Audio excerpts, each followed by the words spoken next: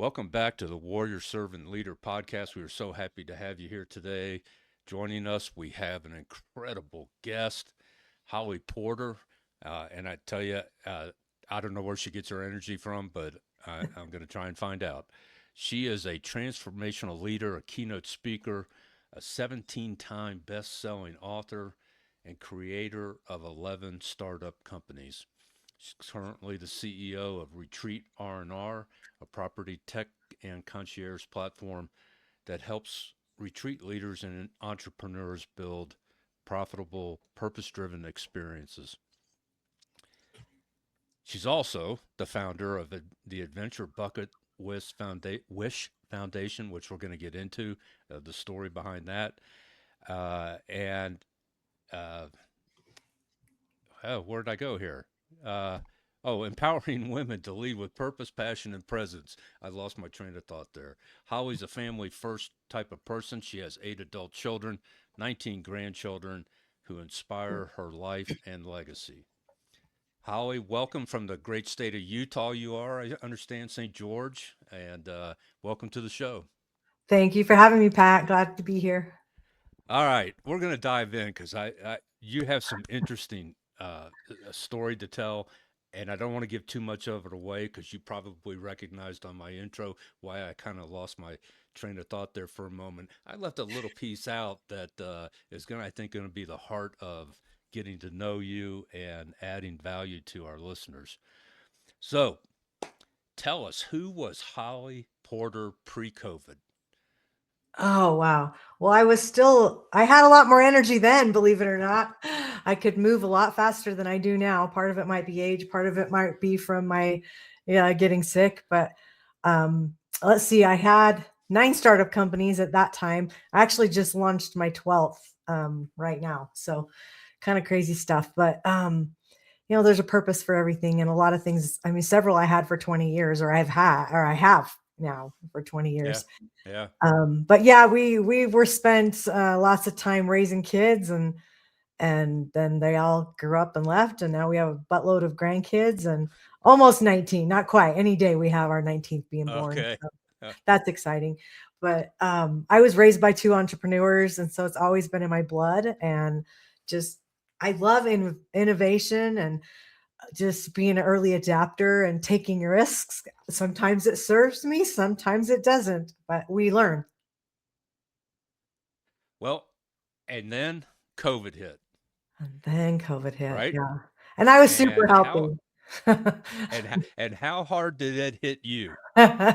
Yeah. Well, I fought it at home, and I'm not unusual that I got it. Everybody probably almost got it, and we all suffered one way or another, or sadly lost people. Lots of people died from it. So I feel very grateful to have lived. After a week, I went into the hospital. Um, I was dying. My oxygen was 63. My organs were shutting down, and that began my first day of 70 days in the hospital and Wow. years of recovery. Wow. Yeah, I saw one of your photos that where you were in the hospital, intubated, and the whole works. So 70 days. 70 So days. I was what? I was on a ventilator twice. So between that and a trach, I was on 52 days of 70, and then 63 on a feeding tube, about 30 days off and on in a induced coma a lot of the time, which was a blessing. Let me tell you what. I mean, it was a scary thing. I'd never suffered from anxiety. And to have the nurses tell my sisters who were there with me, my husband was homesick. He couldn't come for 3.5 weeks, which is when I had all of my experiences. And the day I got the trachea was the day he came. But they just said, are you sure she wasn't on anxiety medicine before? And they're like, she was on no medication when she walked in here, walked out on 12 drugs, by the way. And and they're like, she's really bad. And I thought, let me take your oxygen away and let's see how Yeah. you react. Yeah. So life after that. So what's the transformation, which Yeah. the Warrior Servant Leader podcast is all about, taking action and crushing obstacles and transforming our mindset. What was your or what has your journey been like? It's only what 5 years. Well, 4 really. About now is when, November 11th, I got out of the hospital. So 4 years ago. It's been huge. It hasn't all been glorious for sure. I would say this last year's been my best year, even though we had a lot of challenges, a lot of things going on, a lot of stressful things. I feel like, man, I feel like 2025 was a win and looking forward to 2026. But there was so much transformation happening. I spent 2 years after um, I call it my 2 years of hell. And really, I had prayed I would have died every day during that time. If you take every bad day you think you've ever had and times it by 100, that was the heaviness and weight I felt every day. That just was like, what I was given a purpose in my near death experience, but it was like I couldn't see the light at the end of the tunnel, so to speak, no pun intended. I just I couldn't get out of it. We were just going through so many challenging things. My health was awful. I mean, going from being perfectly healthy to now all of a sudden all the diagnoses started stacking up, and I just to not be able to function. And it's a brain disease, and so you've got the brain fog, and then I had the long COVID, and just so many things were happening. It took 2 years to kind of come out of that. And when I did, the shift for me was I went to the IANS conference, which is International Association for Near Death Studies. And that was a game changer because, first of all, there was a lot of people that could relate to what I had been through, not COVID, but, with near death, out of body experiences and stuff. And I learned so much. I learned there were more than near death experiences. And then I had a hypnosis session with somebody that trained me in hypnosis and on the near death because I was trying to write my book and I wanted to be in integrity with, there was just pieces missing to the near death. And that was a game changer. I felt like it was, I call it a God gift because I was shown things in that it was like the rest of the story. And from then on out, I feel like things just kept getting better and better. And that was my motto. Every day I wake up, it was like, what am I going to do today to get better? I mean, mostly health wise. For a long time, I was only at 70%. 70% sucks. Can I just say to when you and now I'm about 95, praying not for any relapses this year because every year I've had a six week, 6 week, and then last year was 10-week relapse. And I'm going to approach that a lot differently this year. So yeah, it's just been a ride. Wow. Now this is going to come completely out of left field because it just struck me because I had a guest on several months ago. We become friends, and he wrote a book, and his experience it wasn't near death, but for what his wife has gone through uh, Oh, physically, emotionally, how he lost his job, all sorts of things. Uh, yeah. but one of the things he shared with me from a health standpoint that through all the studies and everything he did because his wife had a radical hysterectomy because of endometriosis and then Oh, a year later diagnosed with breast cancer and she's in her 30s yeah. and Not just cool. really tough and DK is his name and he's from Korea born in the United States but his parents immigrated to the US in the early 80s and then he was born here and he was telling me this story, and I'm like, okay, I'm gonna put this to the test. He wrote a whole cookbook with recipes to go with kimchi, Wow. and and, and for his wife, the impact that it had on her, through chemo and through the the loss of energy, all sorts of stuff. Hmm. So he sent me a cookbook, and it's an original Korean, recipe Wow. cookbook. I'm on my fifth batch of kimchi that I make my own now, and I'm telling you, from a health standpoint, everybody talks about gut health and how that Yeah. impacts the rest. They're not lying, and I'm telling you, kimchi has been the best probiotic kind of change in my diet that from a energy and a health standpoint. So I'll send you a recipe. But I I would just had love to, that. I had to share it because man, it just struck me. Oh man, you got to try kimchi, and not the stuff from Yeah. the grocery store that has additives. This is all Right. completely fresh vegetables, yeah, and you ferment it, and it can stay in the fridge for a year. Oh, Uh, wow. but I eat kimchi every day, So, every yeah, day. I've never heard of that. It's just It's a it's like Korean a from it's hard to explain. It's man, here's my breakfast. And I know I'm going off the rails here, but it's all I good. I 2 eggs scrambled, 2 tablespoons of kimchi that that I made, uh, Okay. a handful of fresh baby spinach, uh, and a little bit of cheddar cheese and Uh-huh. half a sliced avocado, and I just mix all that up, and man, boom, I'm ready I to would go. totally eat that. I Yeah, want the recipe. yeah.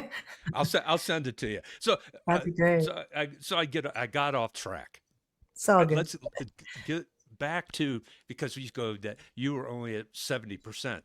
Well, in the Yeah. conversations we've had over the last couple of days, if that's your 70% or you're now at 95, it's like you were totally healthy 100%. You must have just, did you ever even sleep? I mean, how'd you Oh, I did. maintain, how'd you maintain um, the drive and the, to write that many books? We talked about your companies, and you're a realtor, and what, a construction company, I think you said? We do. Um, Well, yeah, yeah, we just closed that. Yeah. yeah. But you had it for 40 years. Yeah, Hmm. kind of deal. How, what's your routine that gives you that focus and ability to not get burned out from um, being overwhelmed?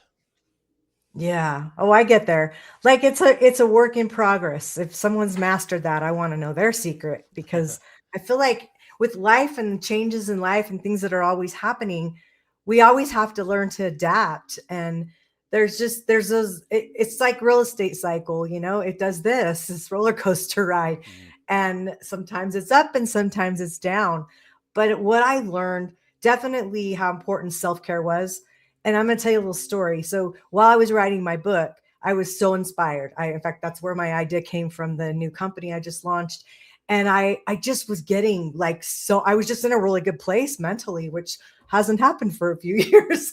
and, yeah, and so I just rode that train, and I just felt like when you get that inspiration, like you're getting it for a reason. And it's like, thank you, first of all, be blessed. But I remembered being part of Rotary International, and it's a service mm, organization. They were created in 1911, and their motto is service above self.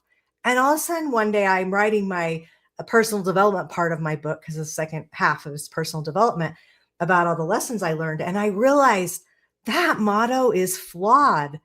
I was like, because if you can't pour from an empty cup, if you don't take care of you first, how can you serve others? And if those doctors didn't yeah, sleep at night and then they didn't eat healthy or whatever, they couldn't have given me the medical care that I needed. They were burned out because it was crazy times.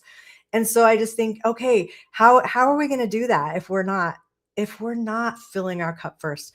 And so I'm going to write them. I haven't yet, but I'm going to have a little chat with Rotary International, because I think that, keep up with the times here. It was a great thing, but service of self, like you can give service all you can, but do it from a full cup. So yeah, anyway, that's what I learned from that. yeah. Well, even Christ would take time off and go off to into the desert Meditate. by himself, Mhm. to pray and get Yeah. not reconnected. I mean, but to have that balance and that focus. Because when Yeah. you think about it, in 3 years, can you imagine?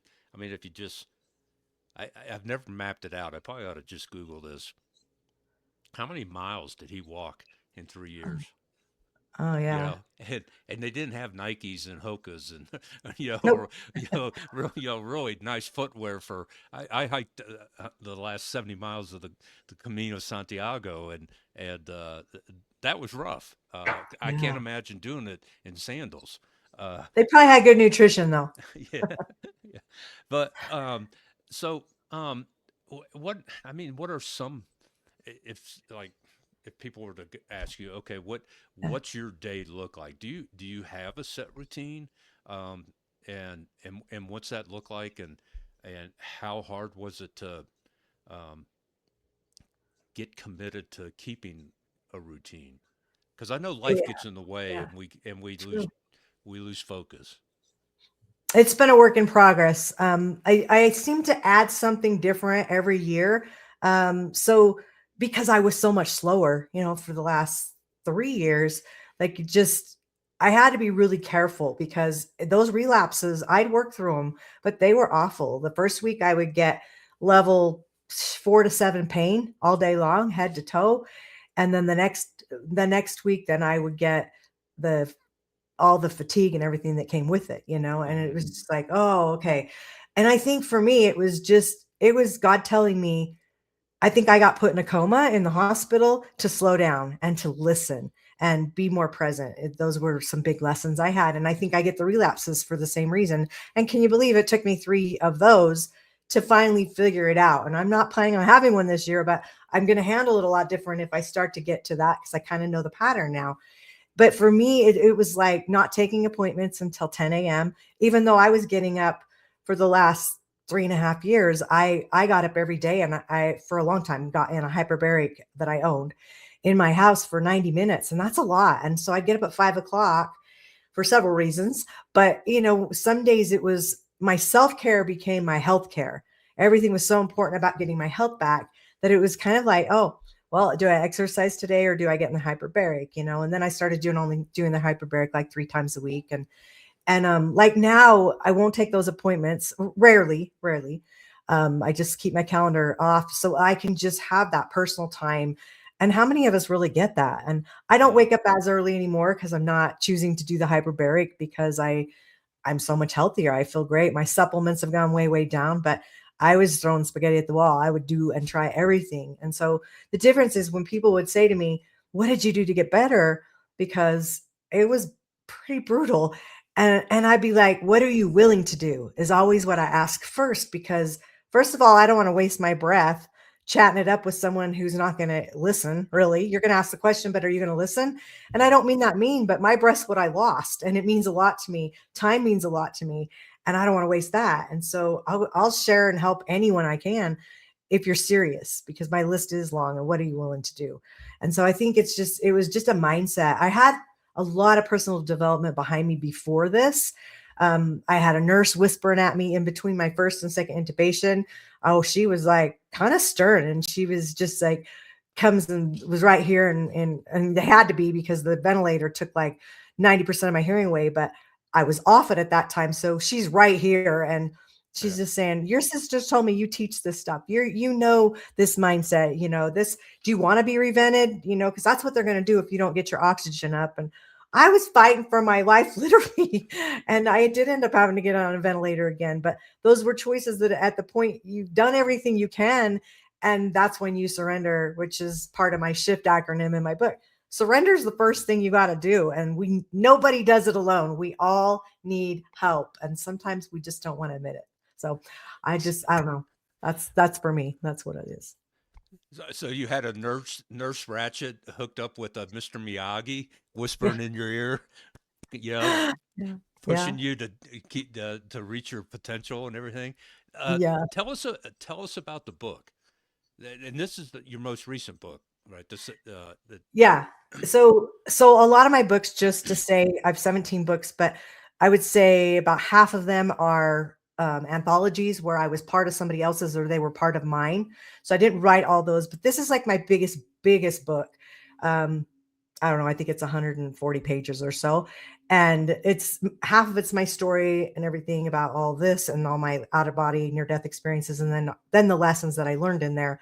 But even the name, so as soon as I came out of the hospital, I knew instinctively I had 2 more books, and I wasn't planning on doing any more. I was like, I got that. I don't need to do that. I'm, whatever.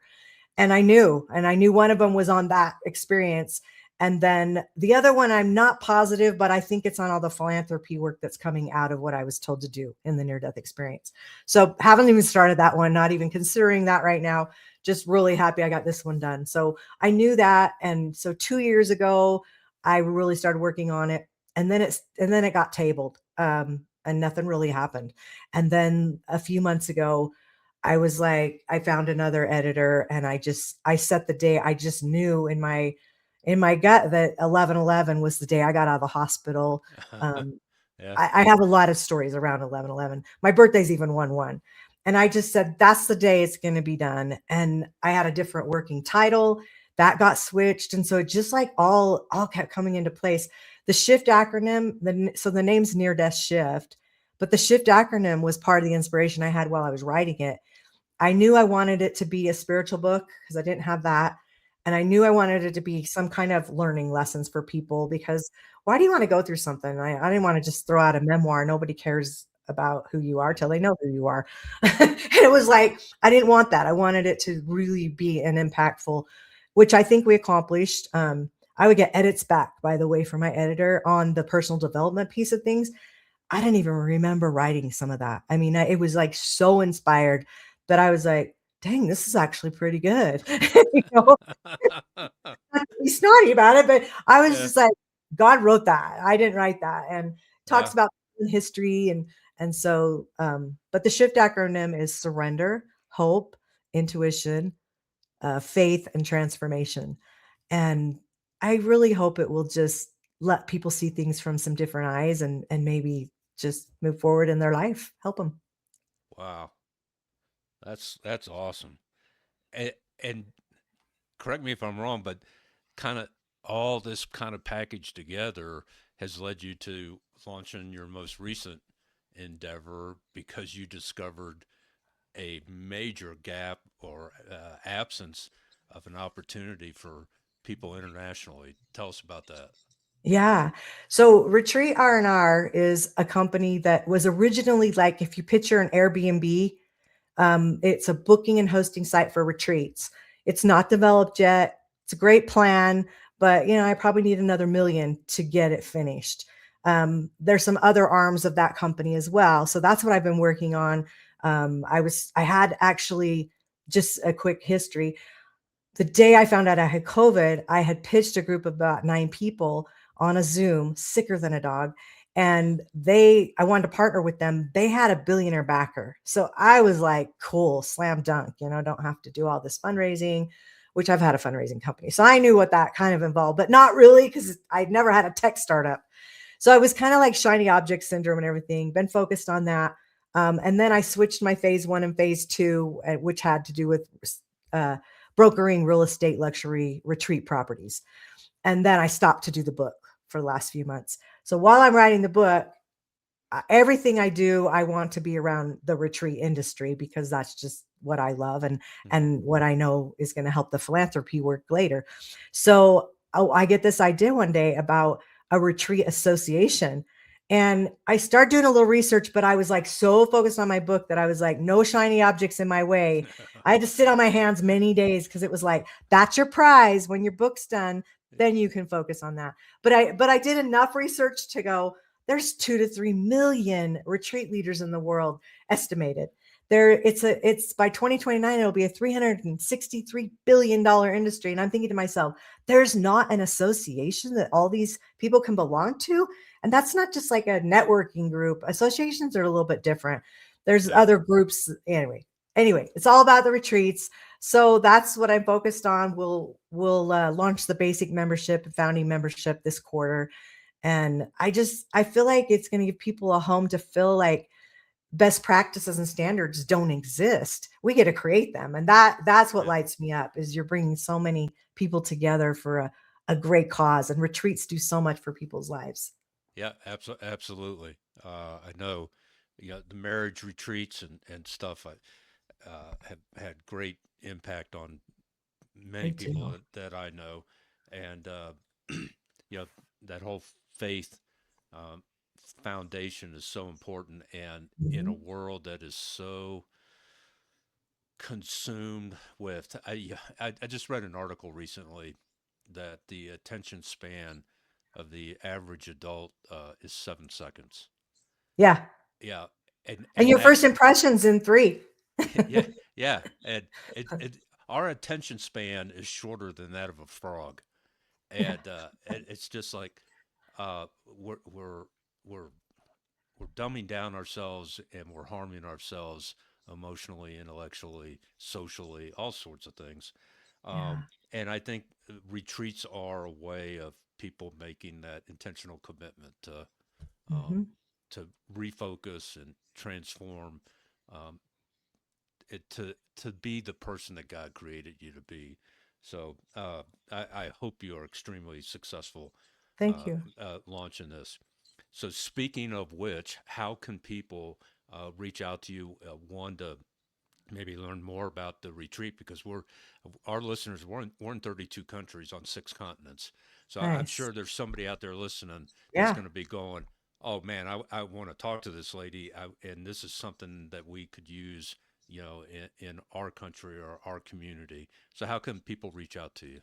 Absolutely. Well, if in the show notes you'll post my link tree that has access to everything, all my social media, Okay, email, whatever they need. But email is holly@hollyporter.com.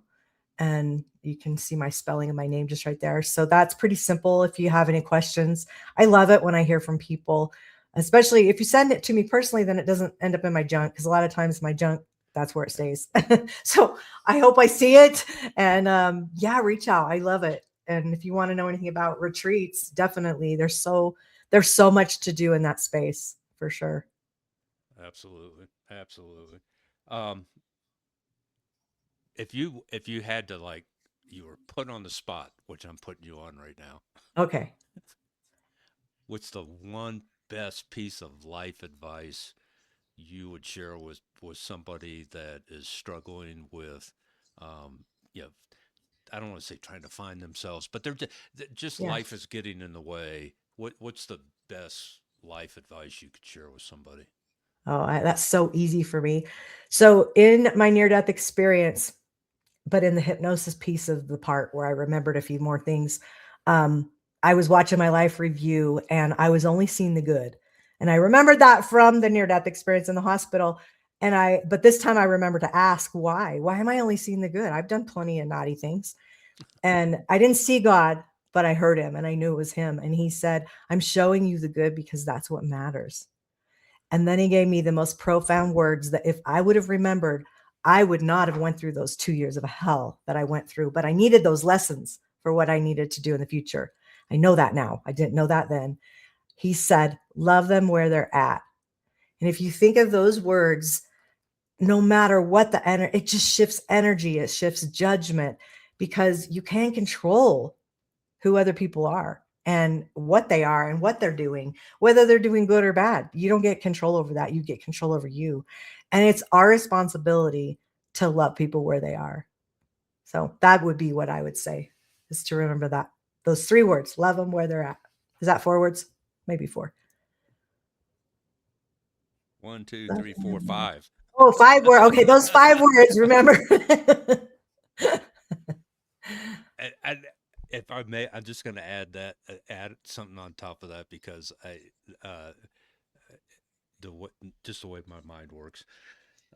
It's not ADD, squirrel kind of stuff, but I just rapidly think of things that are triggered in conversations. Love it. And one of the things I've always uh, I ask people, I go, well, what does love mean?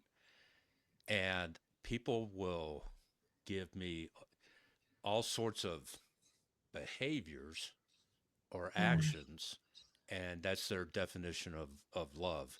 And this was what was shared with me years ago. And I'm not big on acronyms, um, but I had for love and the word care. Uh, mm, I have two acronyms that help keep me focused on what it means to love and what it means to care. I'm going to start with care first. okay. Care care stands for commit all resources and energy.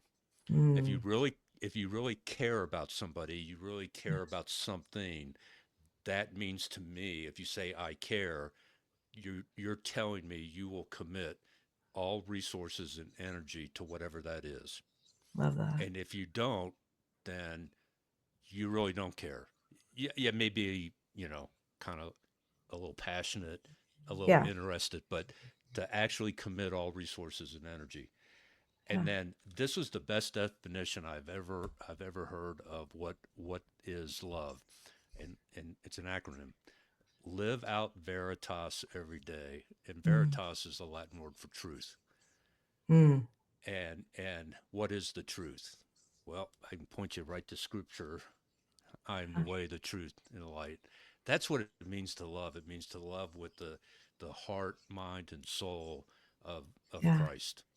And Yeah. uh, and that is, the the Sermon on the Mount. And I know I'm getting a little preachy. The Sermon on the Mount, they call it the Beatitudes. But if you look at the spelling of it, it's pronounced Beatitudes. Yeah. Well, what if you change the spelling to literally be attitudes, you know, and then it gives you a list that blessed are, and Yeah. it's those attitudes that are expressed in behavior is that love of Christ. Right. So, so that's kind of my soapbox. Um, I but love those. Those are great. but I, Acronyms are it nice. it's well, and it's the conversation with you that triggers it and reminds me of, well, first of all, your enthusiasm, and your energy and your focus. It just reminds me of all those things, Yeah. like the Beatitudes, like caring, like being focused, being a good listener, and listening to God. So, Yeah. what a great opportunity this has been, for me and for our audience to hear your story. Well, thanks, Uh, Pat. I got to have you back on, and once you get uh, the association, I'd love to have you on to hear, because I know you're going to have some exciting stories of people all over the Yeah. world, that you are going to end up meeting and helping and energizing. So, I think we need a Paul Harvey kind of, the rest of the story, Rest of the story. episode, down the road. So, Holly, thank you so much for such You. a encouraging, conversation and hearing your story. And I want to thank you. I want to thank our listeners. It's because of them, we're downloaded in, now 32 countries on 6 continents. See. I actually have a friend who is going to Antarctica on a trip, later this year, and I told him, while you're down there, if you can get a Wi-Fi signal, download one of my episodes. Yay. So we'll be on all 7 continents. I So, love that. So smart. Now you're thinking. so, but, yeah, for our audience, thank you so much. It's because Oh, of thank you you. that, we're, reaching and touching the lives of people all over the world. And please, please, share this, message and episode with people that need to hear the Warrior Servant Leader message. And if you want to, talk one on one, you have Holly's info to reach out to her. Certainly reach out to me on, the Warrior Servant Leader podcast.com website, and book a free 30-minute session, and we can just, have a heart to heart conversation. So until, next week, and next time, embrace your journey as a warrior servant leader. Love y'all, and see you down the road. Thank you.